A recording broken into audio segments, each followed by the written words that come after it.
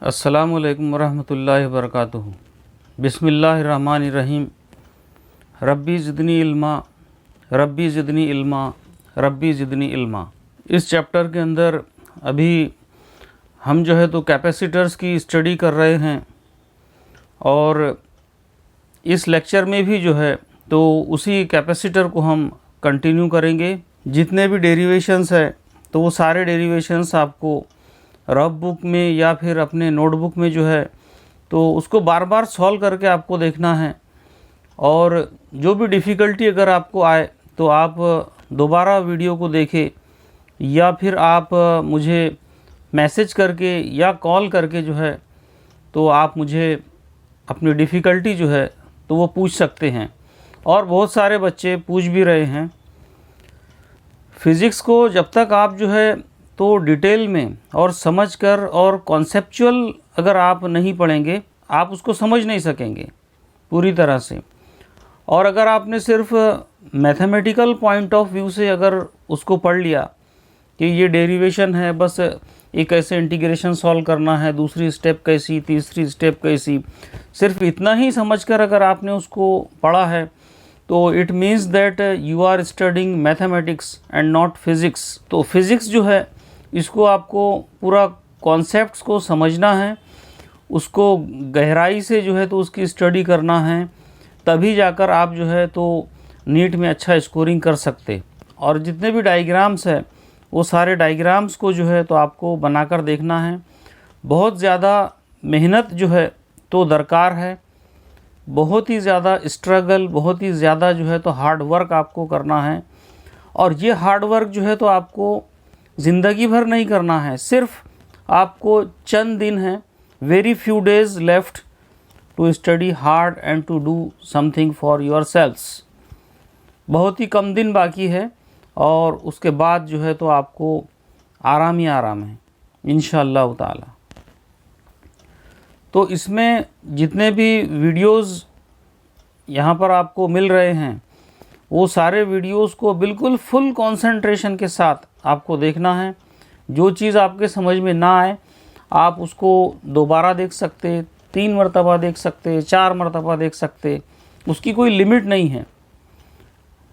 तो आपके पूरे आइडियाज़ जब तक क्लियर ना हो तब तक आपको वो चीज़ को सीखना है। और कई मरतबा रिवाइज़ करने के बाद जो है तो वो चीज़ आपकी परमानेंट मेमोरी में जो है तो जाएंगी। ऐसा नहीं कि आपने कोई वीडियो को देखा और बस उसको फॉरवर्ड किया और आगे बढ़ गए और बस ये समझ गए कि बस हमने देख लिया और हो गया। तो इतने आसानी से ये होने वाला नहीं है। आपको बहुत ज़्यादा स्ट्रगल करने की ज़रूरत है, बहुत ज़्यादा हार्ड वर्क करने की ज़रूरत है। और उसके बाद जो है तो बहुत ज़्यादा वक्त आपके पास है, प्लेंटी ऑफ टाइम, 24 आवर्स आपके पास फ्री है। उसमें से कम मेरे ख्याल से अभी फ़िलहाल में आपने 16 आवर्स की स्टडी जो है तो ज़रूर करना चाहिए। जितने भी 12वीं के स्टूडेंट्स हैं बाकायदा आप जो है तो अपना टाइम टेबल बनाकर उसको हर सब्जेक्ट को जो है तो कवर करने की कोशिश करें। और जो आपको डिफ़िकल्ट लगता है उसको ज़्यादा आप टाइम दें। और जो भी चीज़ आप पढ़ें उसको लिखकर ज़रूर देखें, क्योंकि आपका जो एग्ज़ाम है वो रिटन एग्ज़ाम है और डिस्क्रिप्टिव एग्ज़ाम है। ये ओरल एग्ज़ाम नहीं है और ऑब्जेक्टिव टाइप एग्ज़ाम आपका बोर्ड का नहीं होगा। तो उस हिसाब से आपको प्रिपेयर करना है। आपको चाहे बोरियत महसूस हो या आपको लेज़ीनेस महसूस हो या आपका दिल ना चाहे, तब भी आपको जो है तो स्टडी करना है, क्योंकि उसका कोई अल्टरनेटिव नहीं है। तो मुझे उम्मीद है कि आप ये सारी बातों पर जो है तो ध्यान देंगे और फुल कंसंट्रेशन के साथ ज़्यादा से ज़्यादा वक्त जो है तो अपनी स्टडी में लगाएंगे, ताकि आपको अच्छी से अच्छी जो है तो क्वालिटी एजुकेशन आप हासिल कर सकें और आगे आप अपनी लाइफ में जो है तो आगे बढ़ सकें। तो ठीक है, अपन आज का जो लेक्चर है उसको अब स्टार्ट करेंगे। पिछले कुछ लेक्चर्स से हम जो है तो कैपेसिटर्स की स्टडी कर रहे हैं, अभी उसी को हम कंटिन्यू करेंगे। कैपेसिटर्स जो है ये एक ऐसी डिवाइस है जिसमें हम इलेक्ट्रिकल चार्जेस जो है इनको हम स्टोर कर सकते। तो इसमें जो है तो इलेक्ट्रिकल एनर्जी स्टोर होती है। अब हम सबसे पहले देखेंगे कि टाइप्स ऑफ कैपेसिटर्स। इसके जनरली 3 टाइप्स होते हैं। पहली किस्म जो है parallel plate capacitor. Parallel plate capacitor में 2 पैरेलल प्लेट्स होती है इस तरह से।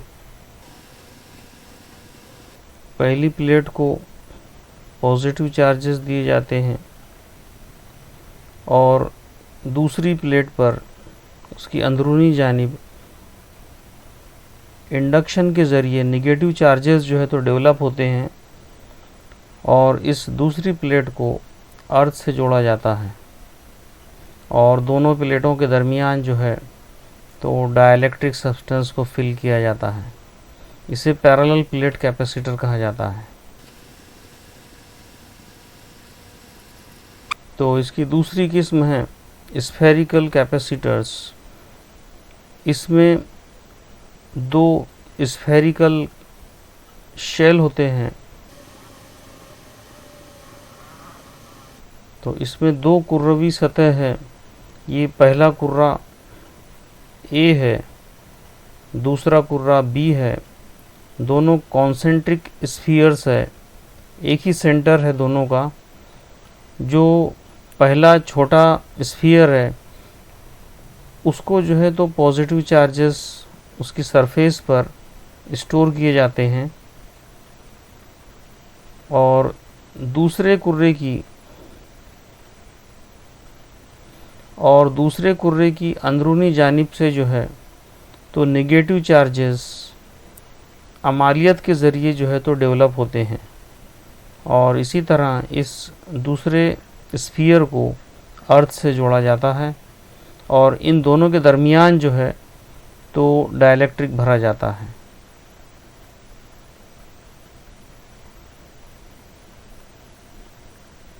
इन दोनों स्फीयर्स के दरमियान डाइलेक्ट्रिक सब्सटेंस जो है इसको फिल किया जाता है।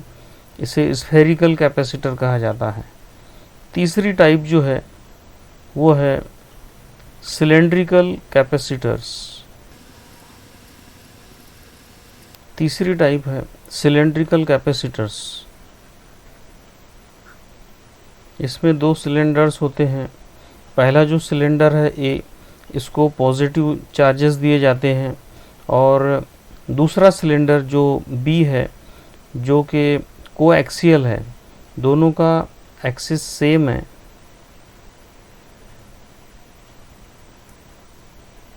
दोनों सिलेंडर कोएक्सियल है। सिलेंडर B को अर्थ से जोड़ा जाता है और दोनों सिलेंडर के बीच में दरमियान में जो गैप होता है उसमें डाइलेक्ट्रिक सब्सटेंस को भरा जाता है। तो इसे सिलेंड्रिकल कैपेसिटर कहा जाता है। तो इस तरह से ये 3 अक़साम हैं कैपेसिटर्स के। मार्केट में जो कैपेसिटर्स अवेलेबल होते हैं, जितने भी इलेक्ट्रॉनिक के चीज़ें होती है उनमें कैपेसिटर्स का इस्तेमाल बहुत ज़्यादा किया जाता है। इवन जो इलेक्ट्रिकल की चीज़ें हैं उसमें भी बहुत ज़्यादा कैपेसिटर्स का इस्तेमाल होता है। फ़ैन में होता है और इसी तरह से टीवी है, कंप्यूटर है, हर जगह पर जो है तो कैपेसिटर का इस्तेमाल होता है। और मार्केट के अंदर जो कैपेसिटर्स अवेलेबल होते हैं वो आप यहाँ पर देख सकते हैं। वो किस तरह के वो किस तरह के होते हैं। तो यहाँ पर जो फ़ोटो आपको नज़र आ रहा है ये सारे कैपेसिटर्स हैं जो कि हमको मार्केट में मिल सकते हैं। किसी भी इलेक्ट्रॉनिक की शॉप पर जो है तो आपको ये कैपेसिटर्स मिल सकते हैं। तो यही वो कैपेसिटर्स है जिनमें जो है हम चार्जेस को स्टोर कर सकते हैं। इनके 2 टर्मिनल होते हैं। आप जैसे कि यहाँ पर देख रहे, एक टर्मिनल यहाँ पर है, दूसरा टर्मिनल दूसरी साइड में है। इसी तरह से ये जो ब्लैक कलर का कैपेसिटर आप देख रहे, इसके भी 2 टर्मिनल है। तो हर कैपेसिटर का जो शेप है वो अलग है, उसकी साइज़ अलग है, अलग अलग कैपेसिटी के अलग अलग कलर्स में और अलग अलग ब्रांड में जो है तो कैपेसिटर्स मार्केट में अवेलेबल होते हैं। जब भी अगर आप किसी शॉप पर से या कहीं आपको कैपेसिटर नज़र आए तो आप डायरेक्ट इसको ऐसे टच नहीं कर सकते। इसके ये जो दो वायर्स, दो टर्मिनल्स आपको नज़र आ रहे, इन दोनों में से किसी भी टर्मिनल को आपने टच नहीं करना चाहिए, अदरवाइज़ आपको ख़तरनाक जो है तो शॉक लग सकता है। क्योंकि आपको मालूम है कि ये जो है तो ये एनर्जी को स्टोर करके रखता है इसके अंदर पूरे चार्जेस जो है तो स्टोर होते हैं। तो आपने अक्सर देखे होंगे कि जो टेक्नीशियन होता है वो जब भी कैपेसिटर को हाथ में लेता है तो इसके जो दोनों टर्मिनल्स होते हैं, ये जो दोनों टर्मिनल्स आपको नज़र आ रहे, पहले वो इन दोनों को एक दूसरे से इस तरह ऐसे टच कर देता है। तो टच करने की वजह से जो है तो उनके चार्जेस जो है तो न्यूट्रल हो जाते हैं। उसके बाद जो है तो आप इसको चाहे तो अपने हाथ से छू सकते हैं, इसको टच कर सकते हैं और बाद में इसको जो है तो आप इलेक्ट्रिक सर्किट में जो है तो इसे जोड़ सकते हैं, अदरवाइज़ ये बहुत ख़तरनाक होता है। अब यहाँ पर इस डायग्राम में आप देख रहे कि एक जो है तो इलेक्ट्रॉनिक का बोर्ड है, एक प्लेट है और उस प्लेट पर जो है तो किस तरह से ये कैपेसिटर्स को जो है तो सोल्डरिंग करके उनको सर्किट में जोड़ा गया है। तो इस तरह से कैपेसिटर्स को जो है तो सर्किट में जोड़ा जाता है। ये यहाँ पर ये जो नज़र आ रहा है आपको ब्लू कलर में, ये भी कैपेसिटर है। यहाँ पर ये ब्लैक कलर में जो आपको नज़र आ रहे हैं ये सारे कैपेसिटर्स है और कुछ रेजिस्टर वगैरह है। तो इस तरह से जो कैपेसिटर है उसको इलेक्ट्रॉनिक में बहुत ज़्यादा इस्तेमाल किया जाता है। हमारे घरों के जो फ़ैन होते हैं वहाँ पर भी कैपेसिटर को यूज़ किया जाता है। तो अब हमें एक फार्मूला डिराइव करना है कि अगर एक कैपेसिटर दिया जाए तो उस कैपेसिटर की गुंजाइश यानी कैपेसिटी जो है तो हमें मालूम करना है। और कैपेसिटी ऐसी कंडीशन में मालूम करना है जबकि उस कैपेसिटर के अंदर किसी भी किस्म का डाइलेक्ट्रिक ना भरा जाए। तो दोनों कंडीशन में जो है तो हम फार्मूले डिराइव करेंगे। ये सबसे पहली जो कंडीशन है वो ये है कि एक पैरेलल प्लेट कैपेसिटर है और इस पैरेलल प्लेट कैपेसिटर के दरमियान अगर एयर हो या माइका हो या पेपर हो या किसी भी किस्म का डाइलेक्ट्रिक अगर भरा जाए तो उसकी कैपेसिटी क्या होगी, उसके लिए फार्मूला हासिल करना है। और अगर उसके दरमियान सिर्फ एयर हो और किसी भी किस्म का डाइलेक्ट्रिक सब्सटेंस अगर उसके अंदर ना भरा जाए तब उसकी कैपेसिटी क्या होगी, उसके लिए हमको फार्मूला डिराइव करना है। तो सबसे पहले हम फार्मूला डिराइव करेंगे capacity of a parallel plate capacitor with no dielectric. अब यहाँ पर दो कंडक्टिंग प्लेट्स ली गई है। ये आपको ये एक प्लेट नज़र आ रही है, ये रेक्टेंगुलर प्लेट है मुस्ततिल नुमा। तो ये दो मुस्ततिल नुमा प्लेट है और इनको एक दूसरे से जो है तो स्मॉल डी डिस्टेंस पर रखा गया है। पहली प्लेट जो है वो इंसुलेटिंग प्लेट है, यानी इस पर या तो प्लास्टिक का कवर है या किसी इंसुलेटिंग मटेरियल से इसकी जो है तो पॉलिश की गई है और इस पर जो है तो पॉजिटिव चार्जेस जो है तो इसको दिए गए हैं। और जो दूसरी प्लेट उसके सामने रखी गई है at a distance small D, उसकी अंदरूनी साइड में जो है तो by the process of induction यानी अमालियत के ज़रिए खुद ब खुद निगेटिव चार्जेस जो है तो डेवलप होंगे। और इसी तरह से उसकी जो अपोजिट साइड है इस साइड में पॉजिटिव चार्जेस आ जाएंगे। लेकिन हमने इसको अर्थ से जोड़ा है तो अर्थ से जोड़ने की वजह से यहाँ पर जितने भी पॉजिटिव चार्जेस होंगे ये सारे जो है तो ज़मीन के अंदर एब्जॉर्ब हो जाएंगे because earth is highly negative. अब यहाँ पर जो पहली प्लेट है, इस पहली प्लेट का जो सरफेस एरिया है, क्योंकि ये मुस्ततिल नुमा है, इसका जो सरफेस एरिया है वो हम फ़र्ज़ करेंगे कैपिटल ए है। इसी तरह दूसरी प्लेट का भी सरफेस एरिया ए है। पहली प्लेट को जो चार्जेस दिए गए हैं उसकी सरफेस चार्ज डेंसिटी है प्लस सिग्मा, और दूसरे चार्जेस पर जो इंडक्शन के ज़रिए चार्जेस हासिल होंगे उसकी डेंसिटी रहेगी माइनस सिग्मा।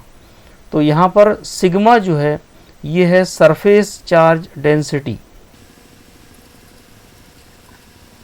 तो सिग्मा को सरफेस चार्ज डेंसिटी कहा जाता है, और इसकी जो डेफिनेशन होगी sigma is equal to charge पर यूनिट एरिया। चार्ज पर यूनिट एरिया ये इसकी जो है तो डेफिनेशन है। Suppose it is equation number 1।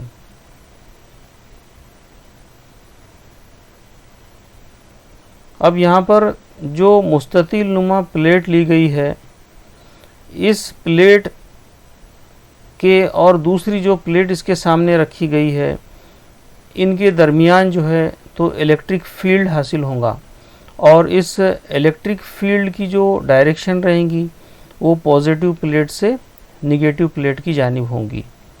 अगर कोई इनफाइनाइट रेक्टेंगुलर सरफेस ली जाए, इस किस्म की सरफेस है, इसकी लंबाई और चौड़ाई जो है तो लामहदूद है, और इस पर अगर कोई चार्जेस अगर हम जमा करें तो इन चार्जेस की वजह से इस पर जो इलेक्ट्रिक फील्ड इंटेंसिटी होंगी, इसका फार्मूला हम ऑलरेडी पहले देख चुके।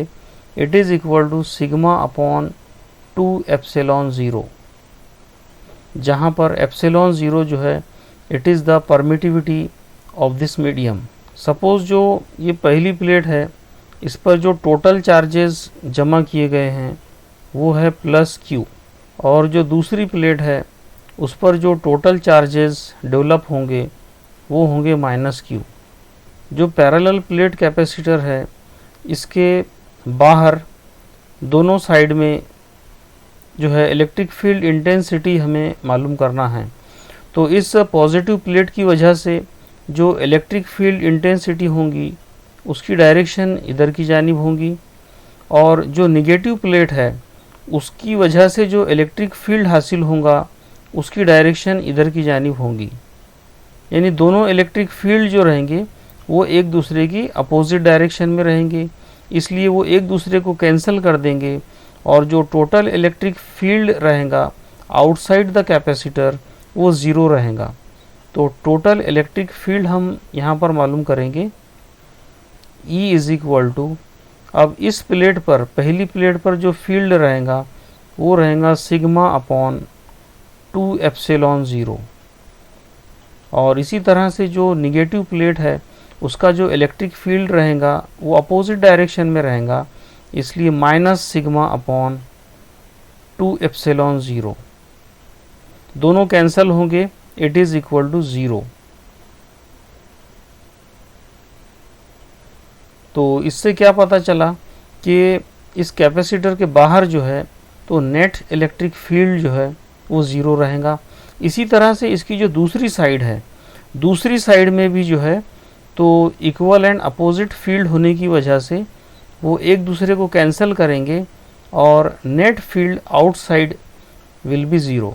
तो राइट हैंड साइड में भी इलेक्ट्रिक फील्ड ज़ीरो रहेगा, और लेफ़्ट हैंड साइड में भी जो है तो इलेक्ट्रिक फील्ड ज़ीरो रहेगा। अब ये कैपेसिटर के अंदर टोटल फील्ड कितना रहेगा वो हमें मालूम करना है। तो इनसाइड द कैपेसिटर, कैपेसिटर के अंदर जो फील्ड रहेगा E is equal to sigma upon 2 epsilon 0 plus sigma upon 2 epsilon 0।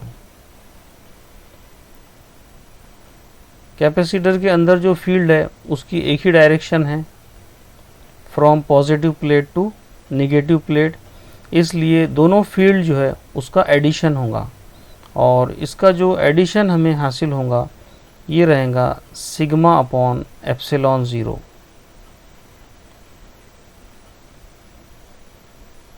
It is equation number 3। तो अभी हमने इलेक्ट्रिक फील्ड जो है दोनों प्लेट के दरमियान ये मालूम किया। अब ये एक फार्मूला और आपको याद रखना है कैपेसिटर के लिए, V is equal to E into D, E multiplied by D, जहाँ पर V जो है तो दोनों प्लेट्स के दरमियान पोटेंशियल है।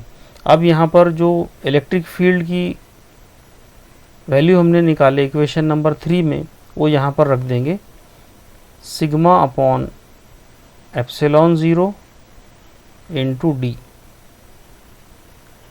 सिग्मा क्या है, अभी हमने जो है तो ऊपर देखा, सिग्मा जो है वो Q अपॉन A के बराबर है। तो Q upon A epsilon 0 into D. तो यहाँ पर हमने जो है तो दोनों प्लेट के दरमियान जो पोटेंशियल है उसकी कीमत हमने यहाँ पर मालूम किया।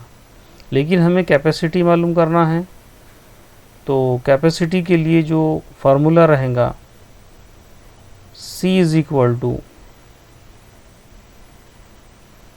Q upon V, Q upon V, ये कैपेसिटर का फार्मूला है, ये आपको हमेशा याद रखना है। अब यहाँ पर V की वैल्यू हम रखेंगे Q एज इट इज़, और V की वैल्यू इक्वेशन नंबर 4 से रखेंगे यहाँ पर QD upon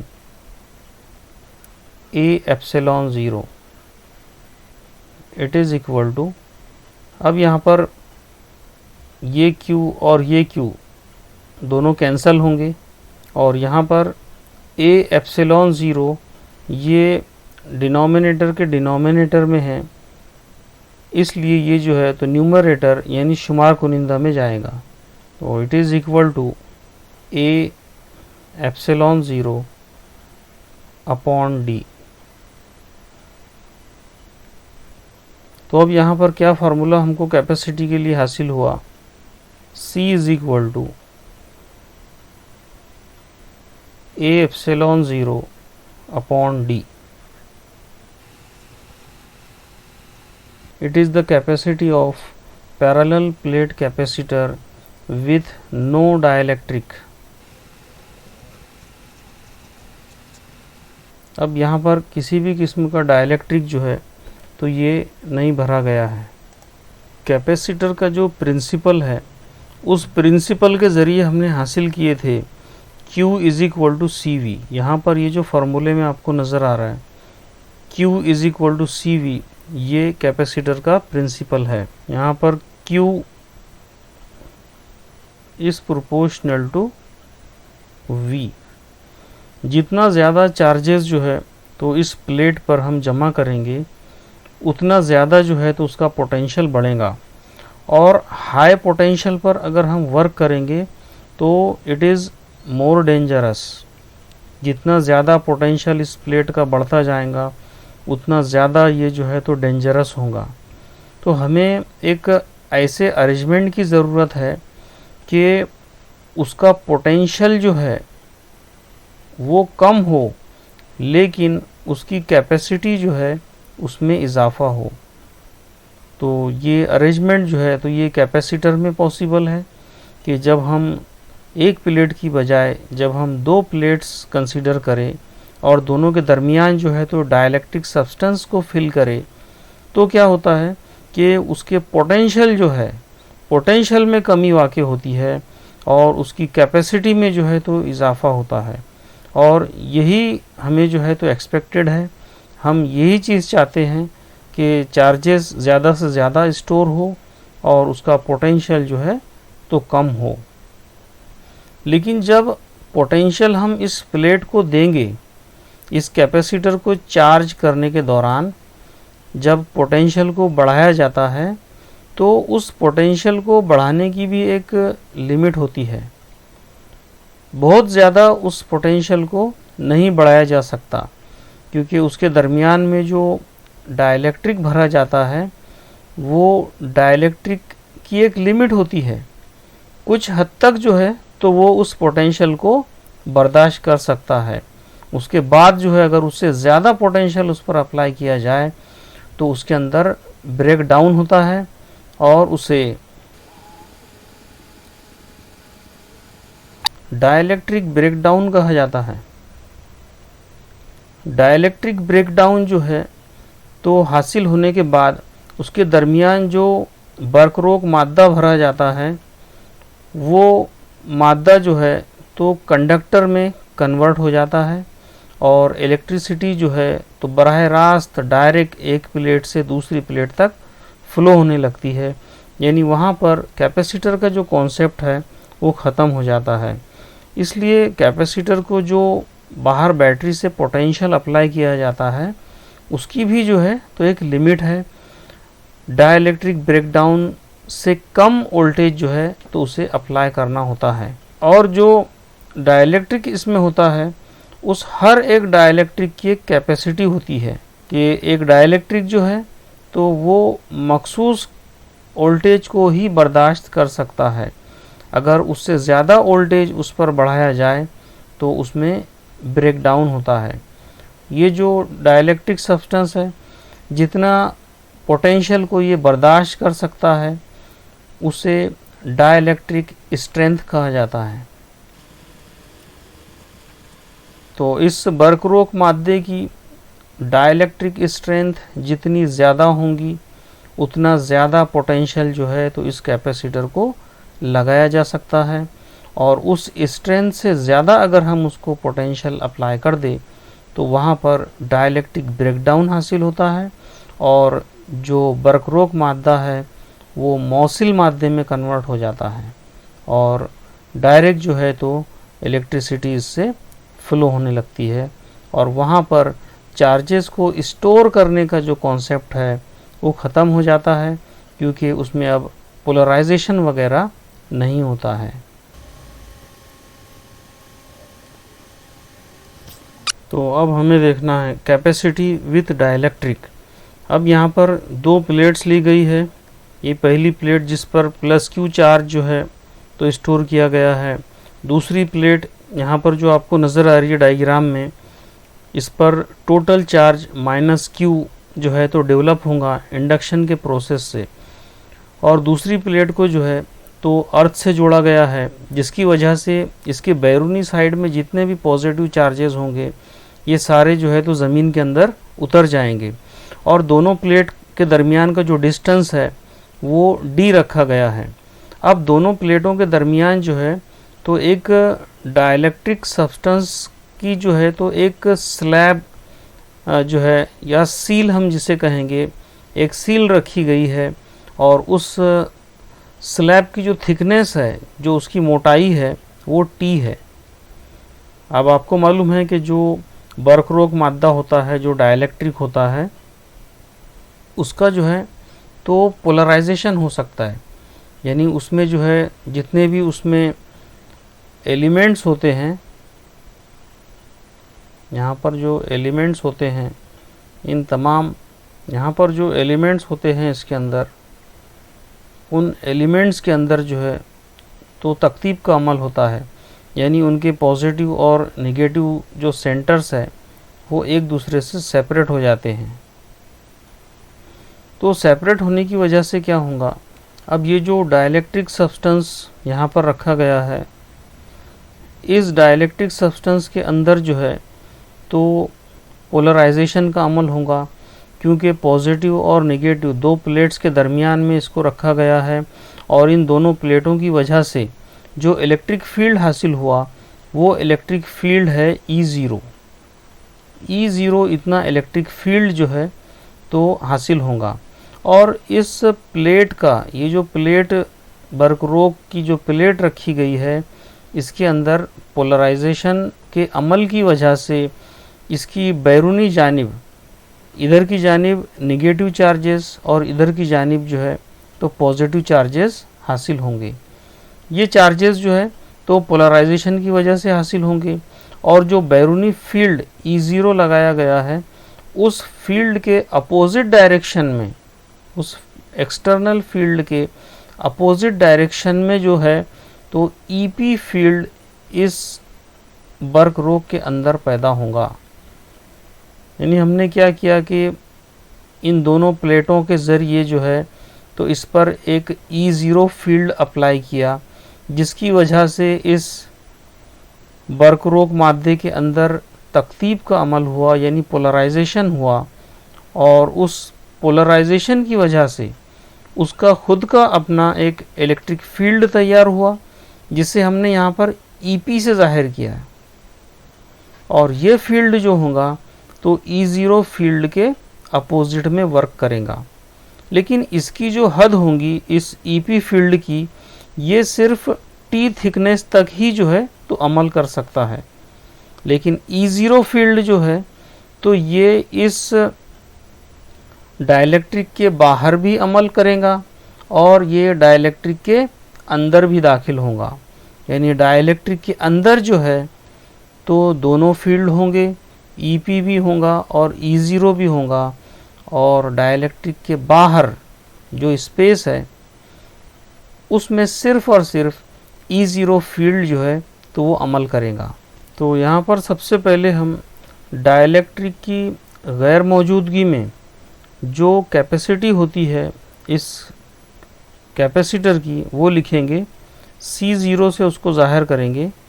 C0 is equal to A epsilon 0 upon D।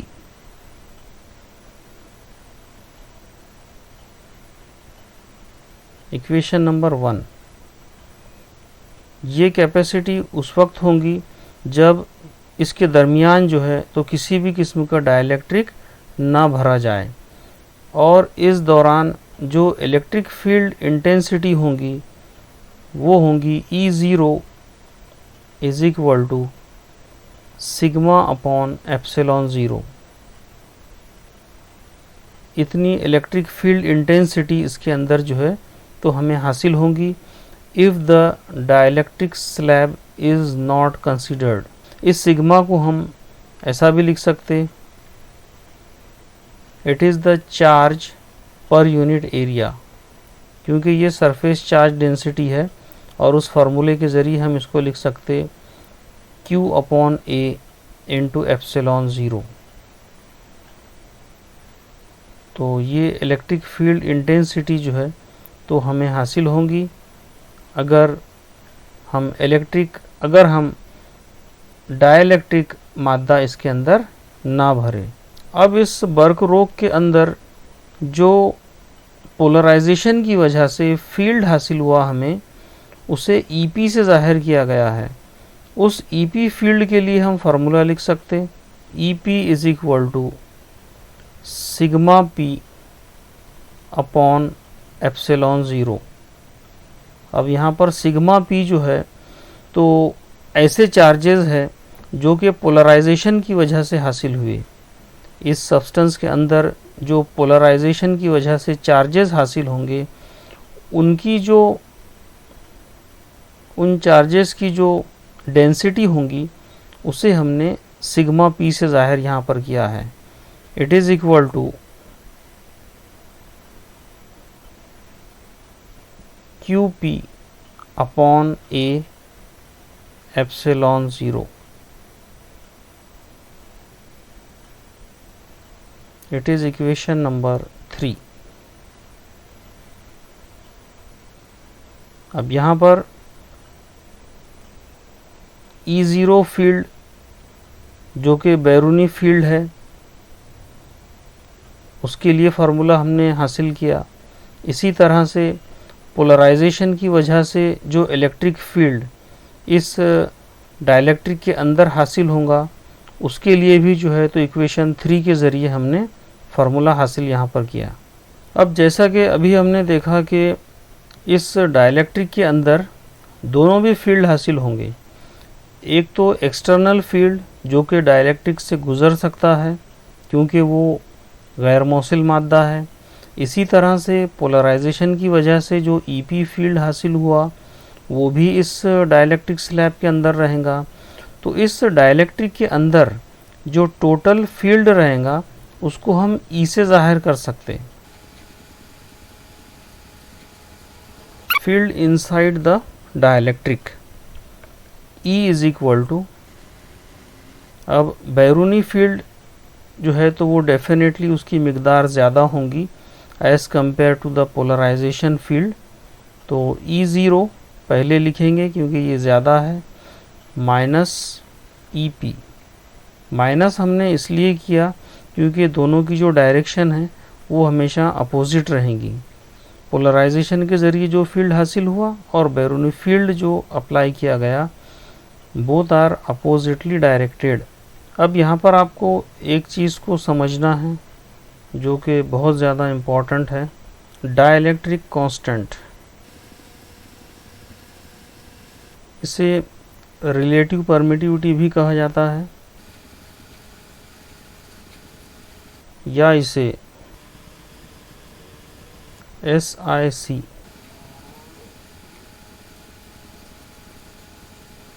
या इसे स्पेसिफिक इंडक्टिव कैपेसिटेंस भी कहा जाता है। तो डाइलेक्ट्रिक कांस्टेंट और रिलेटिव परमिटिविटी और स्पेसिफिक इंडक्टिव कैपेसिटेंस, इसे ज़ाहिर किया जाता है K से या इसे ज़ाहिर किया जाता है एप्सिलॉन R से, and it is equal to epsilon upon epsilon 0, it is equal to E0 upon E, और it is equal to C upon C0। तो सबसे पहले तो परमिटिविटी किसे कहा जाता है? परमिटिविटी जो है तो जो भी डाइलेक्ट्रिक सब्सटेंस लिया जाता है उस डाइलेक्ट्रिक सब्सटेंस की खासियत है कि वो कितने ज़्यादा चार्जेस को अपने अंदर स्टोर कर सकता है, उसे परमिटिविटी कहा जाता है। तो यहाँ पर जो भी हम गैर मौसिल मादा लेंगे या जो भी डाइलेक्ट्रिक लेंगे, ये डाइलेक्ट्रिक उसके अंदर कितने ज़्यादा चार्जेस को जो है तो स्टोर कर सकता है, उसे हम परमिटिविटी कहेंगे। जितनी ज़्यादा परमिटिविटी होगी किसी सब्सटेंस की, उतने ज़्यादा चार्जेस या उतनी ज़्यादा एनर्जी को जो है तो वो स्टोर कर सकता है। तो यहाँ पर इसे K से रिप्रेजेंट किया जा सकता है या फिर एप्सिलॉन R, जिसे रिलेटिव परमिटिविटी कहा जाता है, एप्सिलॉन R से भी उसे ज़ाहिर किया जाता है। और इसका फार्मूला जो है तो इस तरह से होता है एप्सिलॉन अपॉन एप्सिलॉन 0। यहाँ पर जो एप्सिलॉन आपको नज़र आ रहा है ये परमिटिविटी इन एनी मीडियम है, किसी भी वास्ते में गुज़र पजीरी, और एप्सिलॉन 0 जो है it is the permittivity of free space. इसी तरह से it is equal to E0 upon E, यानी electric field intensity in air और vacuum upon electric field intensity in any other medium. It is equal to capacity in any other medium upon capacity with no dielectric vacuum between the two plates। तो ये सारे फार्मूले, इसकी definition ये आपको याद रखना है इस कॉन्सेप्ट को। अब यहाँ पर जो E0 अपॉन E है, ये कॉन्सेप्ट का यूज़ हमको यहाँ पर करना है। यहाँ पर हमारे पास है K is equal to E0 upon E। तो E0 अपॉन E क्या है हमारे पास? E है हमारे पास E0 minus EP, E0 minus EP। तो अब यहाँ पर हम E0 माइनस EP को K की जगह पर ले जाएंगे और K को नसब नुमा में लाएंगे, इंटरचेंज करेंगे इसको।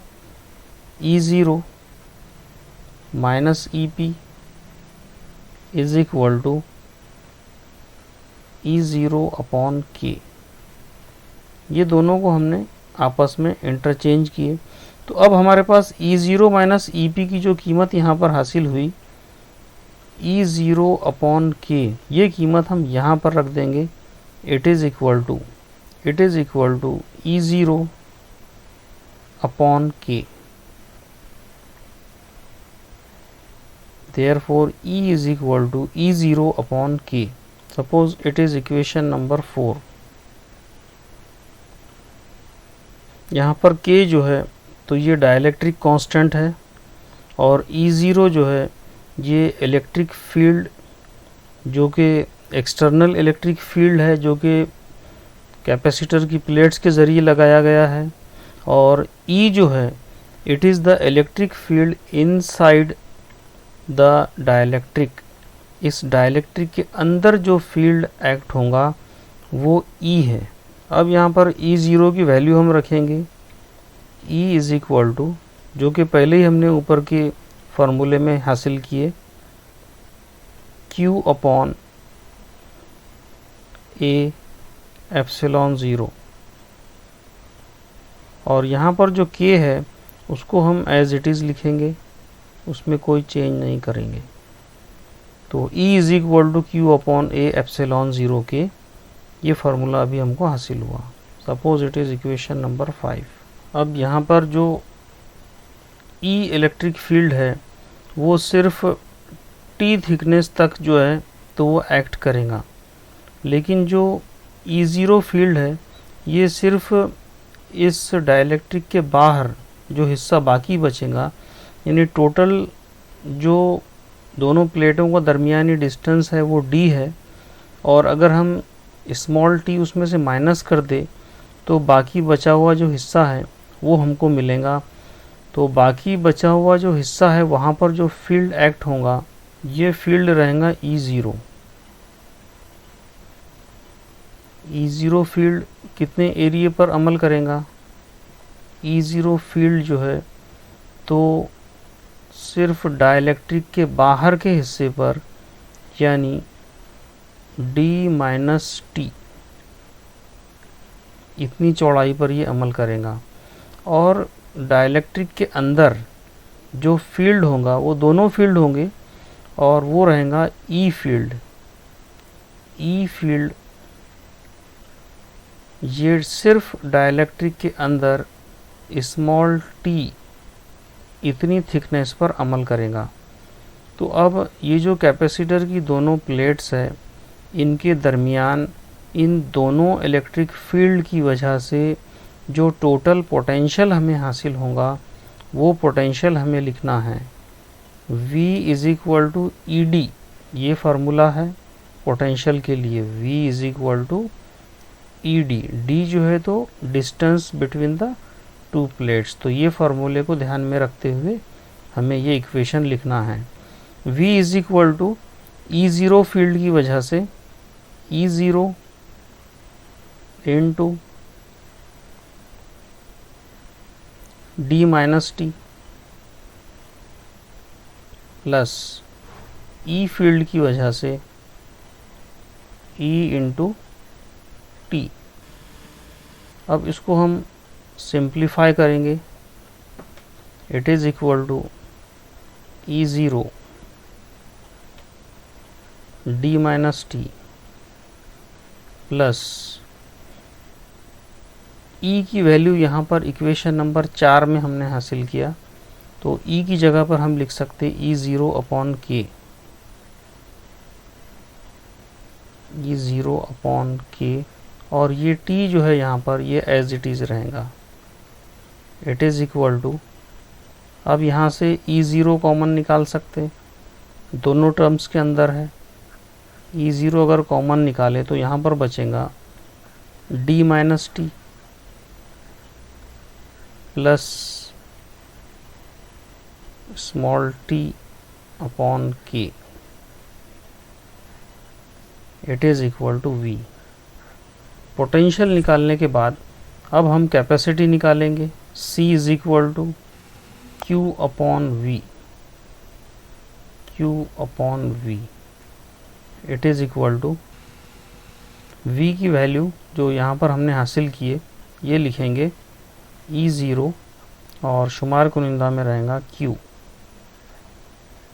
It is equal to C।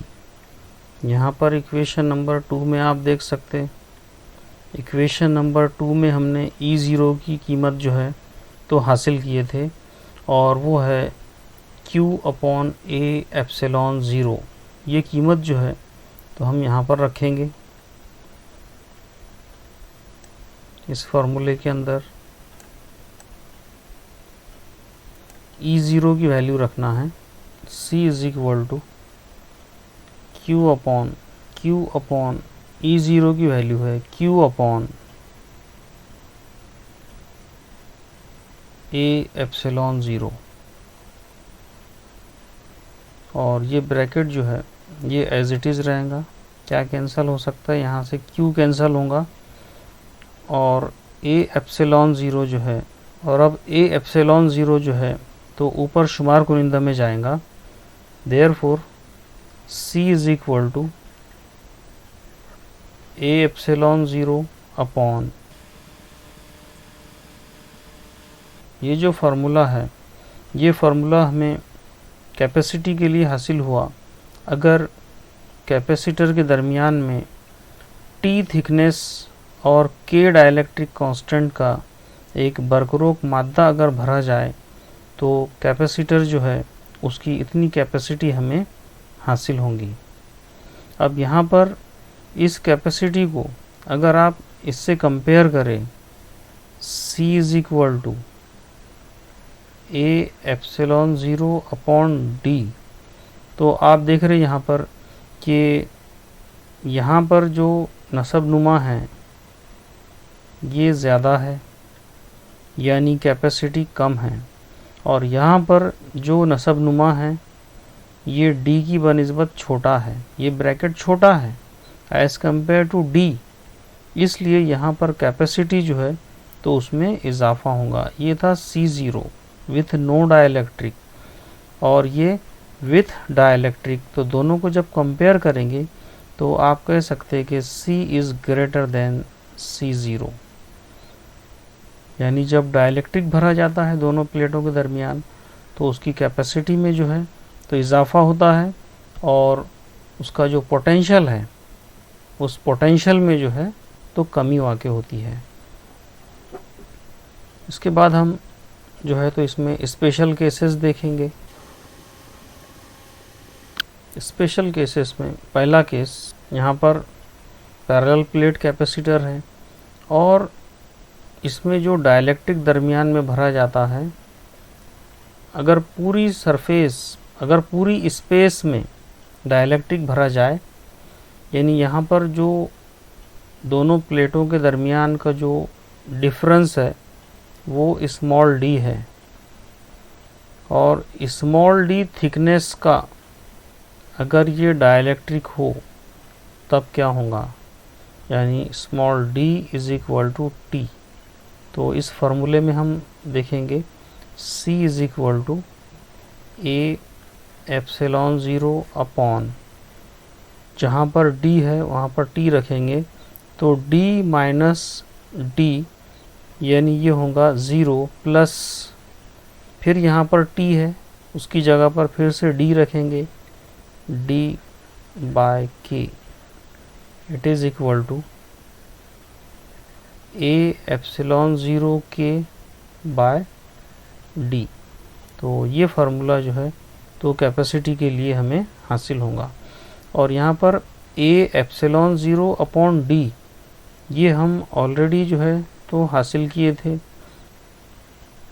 A epsilon 0 upon D it is the capacity of a capacitor with no dielectric, तो A एप्सिलॉन 0 अपॉन D इसकी जगह पर हम रख सकते हैं C0, और ये जो K है ये एज इट इज़ रहेगा। Therefore C is equal to C0 into K। ये रिलेशन जो है तो हमें हासिल होगा। अब यहाँ पर आप लिख सकते हैं because C0 is equal to A epsilon 0 upon D। Case 2, अब अगर ये कैपेसिटर के दोनों प्लेट्स के दरमियान मुसलसल तरतीब में सीरीज़ कॉम्बिनेशन में अगर हम कई डाइलेक्ट्रिक्स को रख दें और इनकी थिकनेस जो है तो suppose T1, T2, T3, T4, ये अगर इनकी थिकनेस हो और इसी तरह इनके जो डाइलेक्ट्रिक कांस्टेंट है वो बिल तरतीब K1, K2, K3, K4 इस तरह से अगर इनके डाइलेक्ट्रिक कांस्टेंट हो, तब हमें इस कैपेसिटर की जो गुंजाइश हासिल होगी वो कितनी रहेंगी।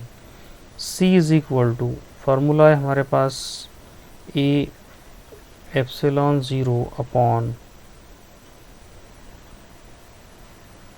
क्योंकि पूरी स्पेस को जो है तो फिल किया गया है, इसलिए यहाँ पर d माइनस टी वाला जो टर्म रहेगा वो 0 रहेगा। तो T1 upon K1 plus T2 upon K2 plus T3 upon K3 plus, और लास्ट जो डाइलेक्ट्रिक रहेंगी वो रहेंगी Tn अपॉन Kn। तो ये फार्मूला हमको जो है कैपेसिटी के लिए हासिल होगा। इसके बाद थर्ड केस है हमारे पास, कैपेसिटर के दरमियान अगर हम कई डाइलेक्ट्रिक्स को एक दूसरे के पैरेलल कॉम्बिनेशन में अगर जोड़ दें हम, तब क्या होगा। अगर पैरेलल कॉम्बिनेशन में हम जोड़े और उनके जो सरफेस एरिया हैं उन प्लेट्स के वो बिल तरतीब A1, A2, A3 up to AN, यानी टोटल N डाइलेक्ट्रिक्स को जोड़ा गया है और ये सब एक दूसरे के पैरेलल में हैं और इन्हें इस कैपेसिटर की दोनों प्लेट्स के दरमियान मुतवाज़ी तरतीब में रखा गया है, तब उस कैपेसिटर की टोटल कैपेसिटी क्या होगी। C is equal to A epsilon 0 K upon D, इतनी कैपेसिटी होती है, लेकिन एरिया जो है उनके अलग अलग है और उनकी जो डाइलेक्ट्रिक कांस्टेंट है वो भी डिफरेंट है, इसलिए हम इन दोनों की कीमतों को बदलेंगे और एप्सिलॉन 0 अपॉन D जो है ये सेम रहेगा। एप्सिलॉन 0 अपॉन D ब्रैकेट में A1 K1 plus A2 K2 plus A3 K3 plus last term रहेगा AN KN। तो इतनी कैपेसिटी जो है तो हमको हासिल होंगी। अगर सारे सरफेस एरिया हम एक जैसे फ़र्ज़ करें, जैसे A1 is equal to A2 is equal to A3 and last AN and it is equal to A by N, तब क्या होगा। C is equal to epsilon 0 upon D और जितने भी A1, A2, A3 है सबकी जगह पर हम A बाय N लिखेंगे और उसको कॉमन निकालेंगे A बाय N, और ब्रैकेट में बचेगा K1 plus K2 plus K3 और लास्ट टर्म रहेगा Kn। तो अगर पैरेलल कॉम्बिनेशन में हम कैपेसिटर्स के अंदर डाइलेक्ट्रिक को रखें तो उसकी जो टोटल कैपेसिटी होंगी वो इतनी हमें हासिल होंगी। इसके बाद नेक्स्ट जो स्पेशल केस है वो हम देखेंगे। अगर कैपेसिटर के अंदर बर्क रोक मादा ना भरते हुए अगर कंडक्टर भरा जाए, मौसिल अगर उसके अंदर भरा जाए, तब क्या होगा। आपको मालूम है कि कंडक्टर जो है, कंडक्टर का डाइलेक्ट्रिक कांस्टेंट जो है तो वो इन्फिनिटी होता है। अब यहाँ पर जो कैपेसिटी हमारे पास हासिल होंगी, C is equal to A epsilon 0 upon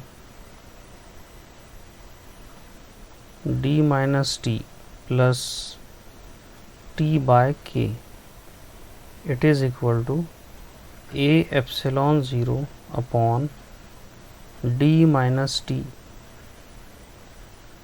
plus T upon K की जगह पर रखेंगे infinity, small t upon infinity. अब 1 अपॉन इन्फिनिटी होता है 0, तो ये पूरा फैक्टर 0 होगा और हमें हासिल होगा a epsilon 0 upon d minus T.